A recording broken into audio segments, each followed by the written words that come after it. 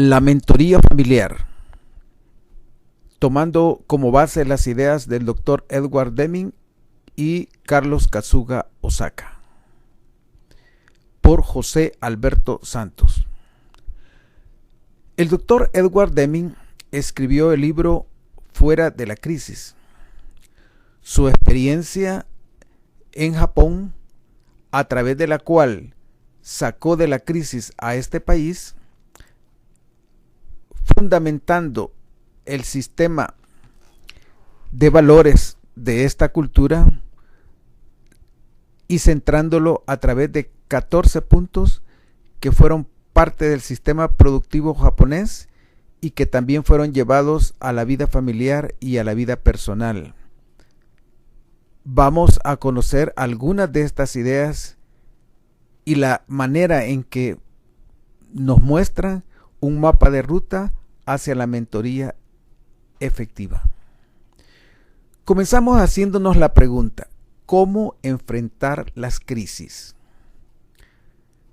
Recuerda que las tormentas de la vida llegan en cualquier momento y no hay mejor ejemplo que la pandemia que ha agobiado al mundo en el siglo XXI, en el año 2020.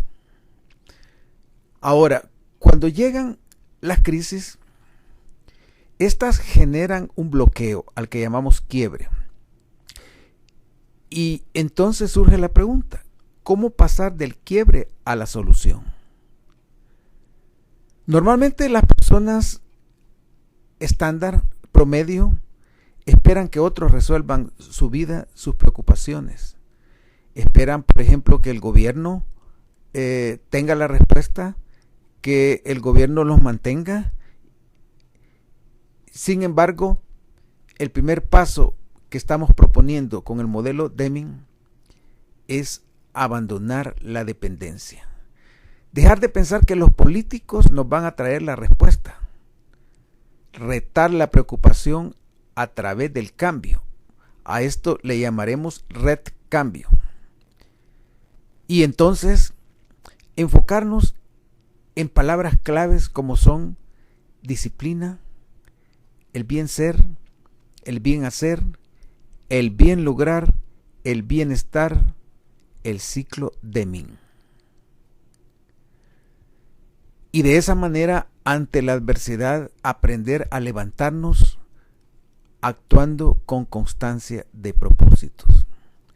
Para esto necesitamos, en primer lugar, adoptar una nueva filosofía, una nueva forma de aprender, que le vamos a llamar educación formativa centrada en los 3 verbos: en el bien ser, bien hacer y bien lograr.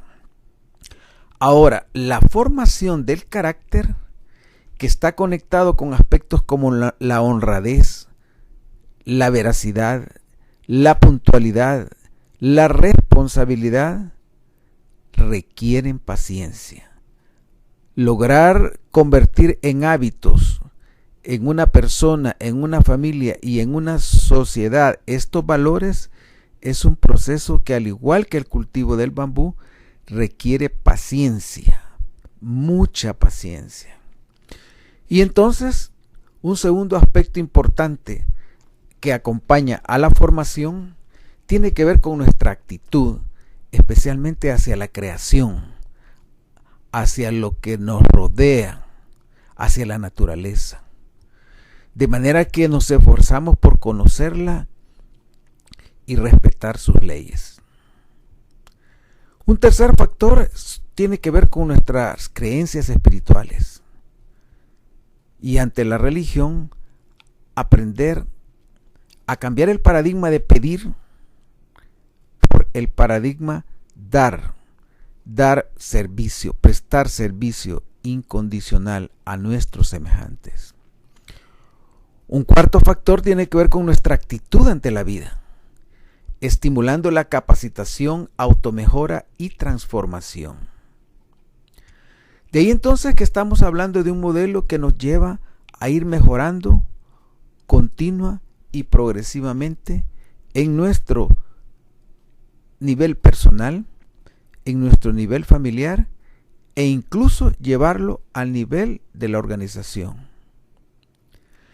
Es precisamente en este punto en donde adoptar la nueva filosofía en el hogar, basada en los 14 puntos del Dr. Edward Deming, se vuelve una necesidad en etapas como son la post-cuarentena, y centrar dentro de esta nueva filosofía la palabra calidad.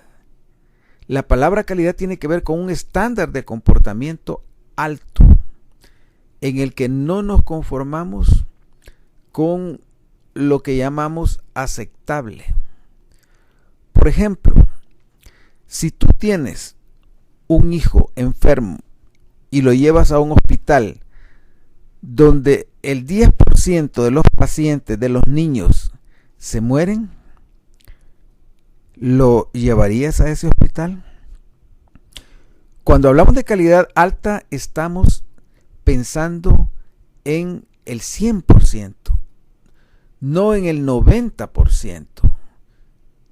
Y ese es uno de los retos importantes que el doctor Edward Deming ha trabajado a través de su ciclo Deming, que es un ciclo hacia la mejora, basado en planear, actuar, revisar, luego corregir, luego volver a planear, actuar, evaluar, corregir, mejorar, y este ciclo es un ciclo continuo que más adelante los japoneses lo transformaron en una palabra que le llaman ellos Kaizen o mejora continua.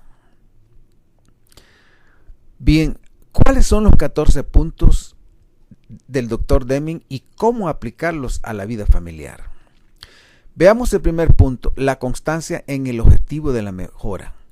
Esto supone que cada familia debe comprometerse con la mejora continua, es decir, establecer una visión de progreso y de ella desprender metas, planes. Y esto no es posible si las reglas con el que la familia opera no cambian. Deben cambiarse las reglas porque éstas van a apoyar el logro de la visión, metas y planes.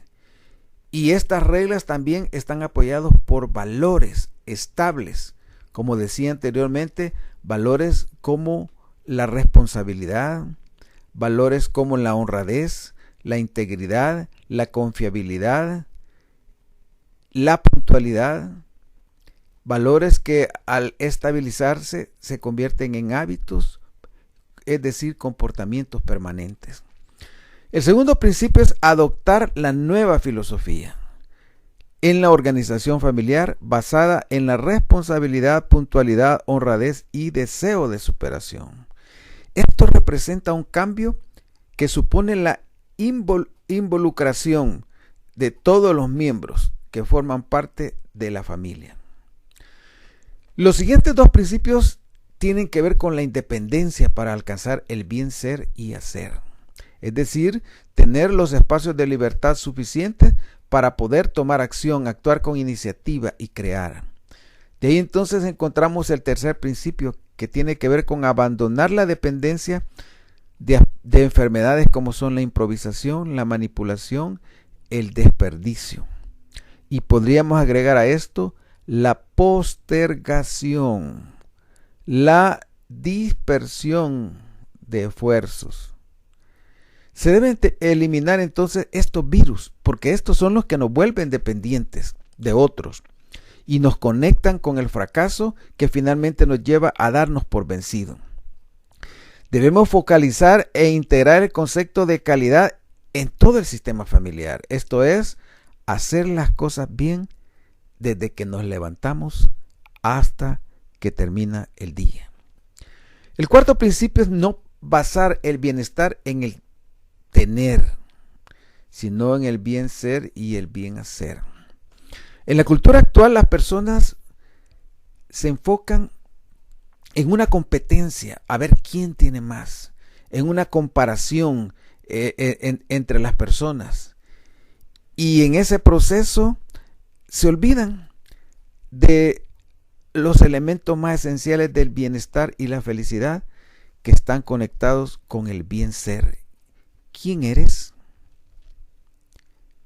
De ahí entonces que este cuarto principio implica eliminar la práctica de compararnos basándonos exclusivamente en lo que tenemos, olvidando la existencia de capitales tan importantes como es el capital humano, es decir, tu carácter, tus inteligencias, el capital educacional, es decir, tus competencias para resolver diversas situaciones de tu vida, tus inteligencias, tu capital relacional, es decir, tu telaraña social en la que puedes apoyarte, tu capital espiritual, es decir, esa conexión que te permite levantarte cuando las tormentas te botan, tu capital emprendedor, es decir, esa capacidad de iniciar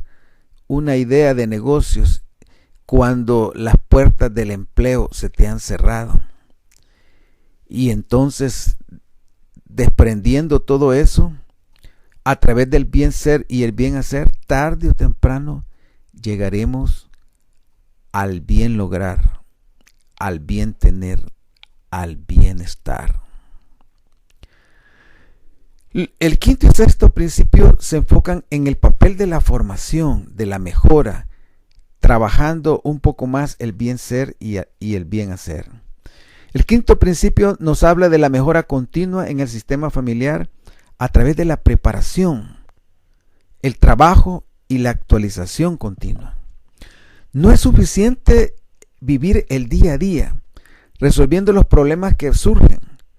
La mejora continua enfocada en la calidad familiar supone un proceso constante de mejora, no solo en el autoaprendizaje, sino que también en la parte del carácter, la parte de las inteligencias, la parte del conocimiento, la parte de la experiencia útil, a través de la responsabilidad y compromiso con la superación continua.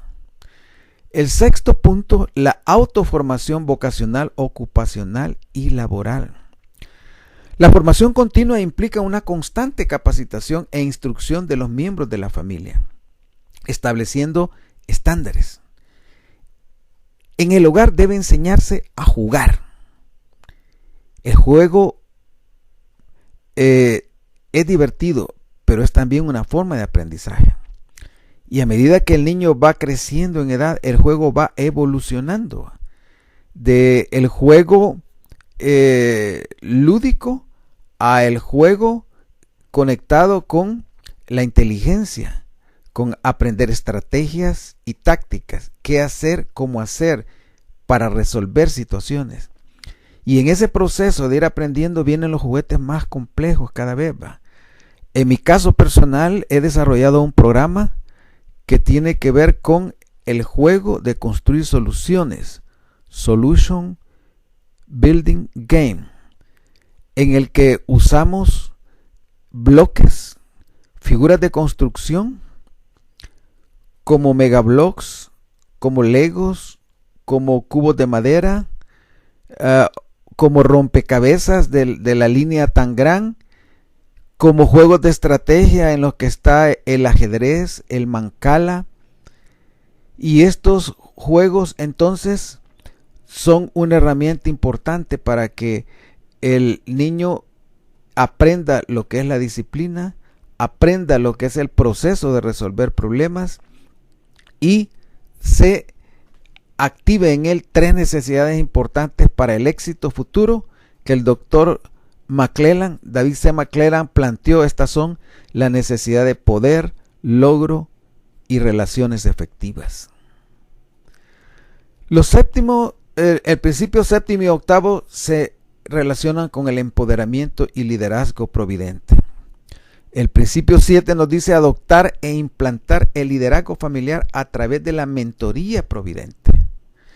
Si en el hogar los hijos no encuentran padres mentores, padres líderes, ellos van a hacerle caso y seguir la influencia de los compañeros mayores, de las personas ajenas que llegan allí o de lo que están viendo en la televisión, en la tableta, en el iPad, en su celular.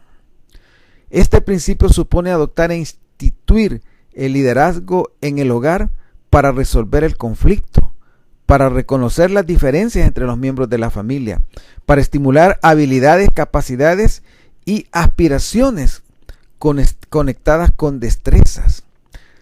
La familia va a enfrentar momentos en que el hijo empieza a decir no, el hijo comienza a mentir.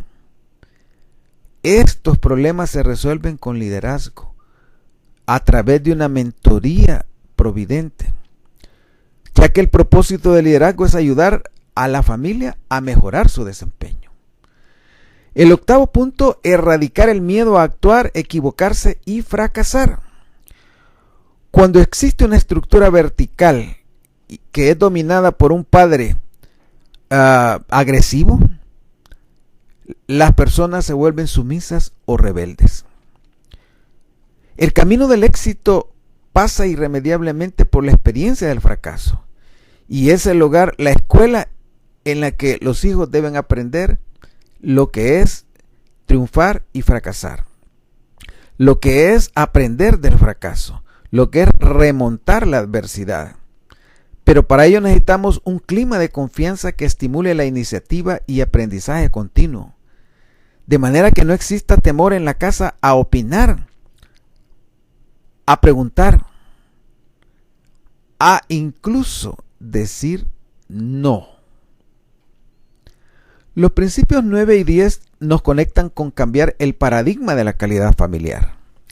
El noveno dice romper las barreras entre los padres e hijos, eliminando las diferencias y verticalismo, construyendo un sistema de competencia, cooperación, basada en el trabajo mutuo, basada en esfuerzos complementarios, en donde el hijo pueda entender cómo sus contribuciones, entre comillas, no tareas,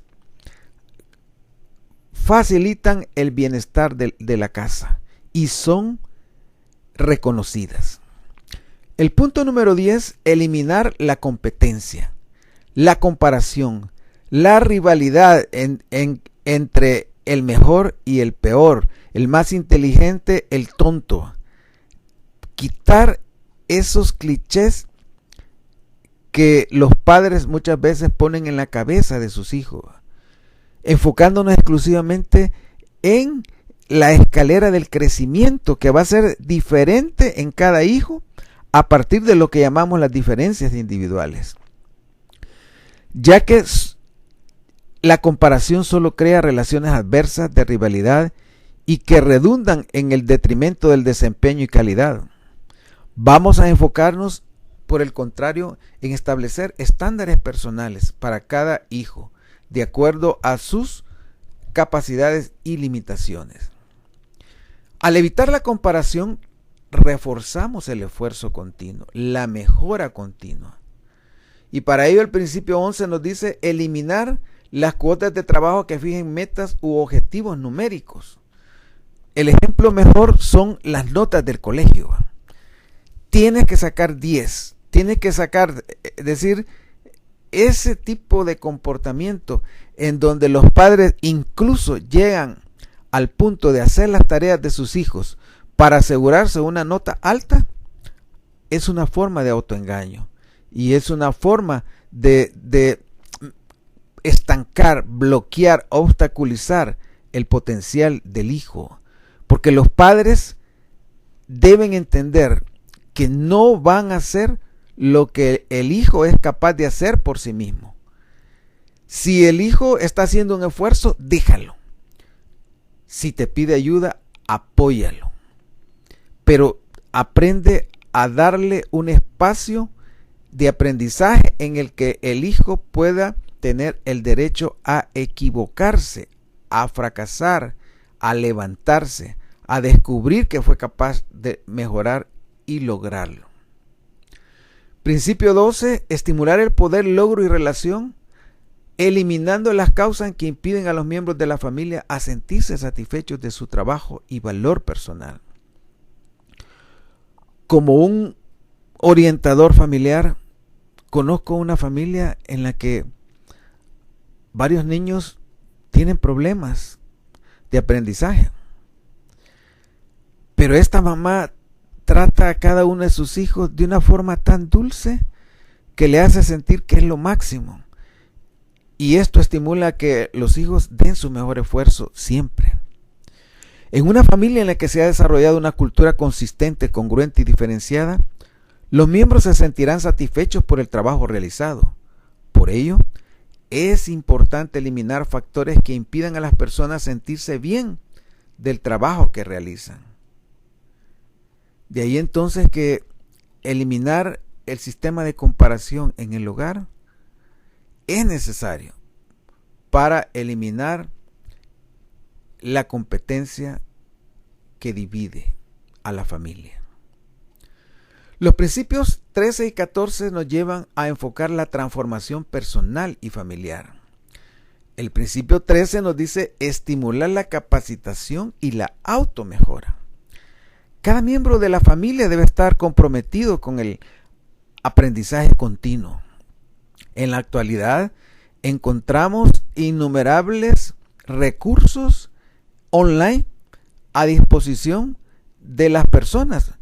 YouTube es una de las herramientas, al igual que otros sitios como Udemy, etcétera, LinkedIn, en donde tú puedes entrar y aprender lo que necesitas, lo que te lleva al punto de estar aprendiendo continuamente. Usar herramientas como la orientación vocacional y profesional, aprender a producir y vender, son dos competencias fundamentales que en cada hogar deberían estarse enseñando para finalmente alcanzar la transformación familiar, la transformación personal, que permite y posibilita que una generación pueda salir muchas veces de las garras de la pobreza intergeneracional. Hay familias que por generaciones se han mantenido en el círculo de la escasez, en el círculo de la ignorancia, en el círculo de la deuda. Y este proceso transformador abre la puerta para que, siguiendo estos puntos, finalmente la persona pueda sacar de la educación las herramientas para su preparación que le permitan accesar a oportunidades que nunca antes en su familia probablemente estuvieron disponibles, y de esa manera entonces abrir una nueva ventana familiar hacia la superación.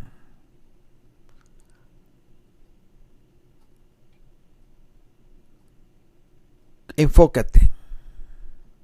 Los 14 puntos de Deming aplicados a la familia. Adopta e implanta estos principios en tu propio hogar para construir el capital, los capitales de los que te he hablado: la inteligencia del carácter, el capital educacional, el capital relacional, el capital emprendedor, el capital financiero, el capital espiritual. Este es un modelo que, al llevarlo a la práctica, te convertirá en una persona providente, y al enseñarlo a los que están en tu círculo de influencia, te convertirá en un mentor providente. Pero el camino es la preparación, la calidad de tu ejecución, la solución y resolución para alcanzar las mayores alturas a través de la formación, los 14 puntos, vencer las enfermedades de la mediocridad y la pobreza, mejorar la ejecución con disciplina y constancia de propósitos y alcanzar la resolución. Si parte la palabra en dos, re y solución, resolución significa resolver y rematar la solución de una forma segura, en donde no quede duda que has alcanzado lo que esperas. Soy José Alberto Santos. He sido fundador de los programas radiales Cimientos Familiares y Contrajuego Empresarial. En mi página web rexcenter.org puedes encontrar más información, audios y videos relacionados con lo que te estoy enseñando. Actualmente he recibido más de 10 certificaciones en Estados Unidos relacionadas con aspectos como el coaching familiar, el coaching del bienestar, el coaching emocional, el coaching ontológico conductual, y como instructor certificado en modelos como el modelo RAN, el modelo PREC 8, el modelo Gockman relacionado con el bienestar familiar. He sido formado como formador de formadores por competencias por la Organización Internacional de Trabajo, y como coach ontológico empresarial he sido certificado por 2 de los discípulos del gurú y pionero del coaching ontológico empresarial, el doctor Fernando Flores Labra. Así es que te invito a abrirme la puerta para ser receptivo a estas ideas que con cariño, con aprecio, con apertura y con el mejor deseo de que te superes, te las he dejado. Gracias.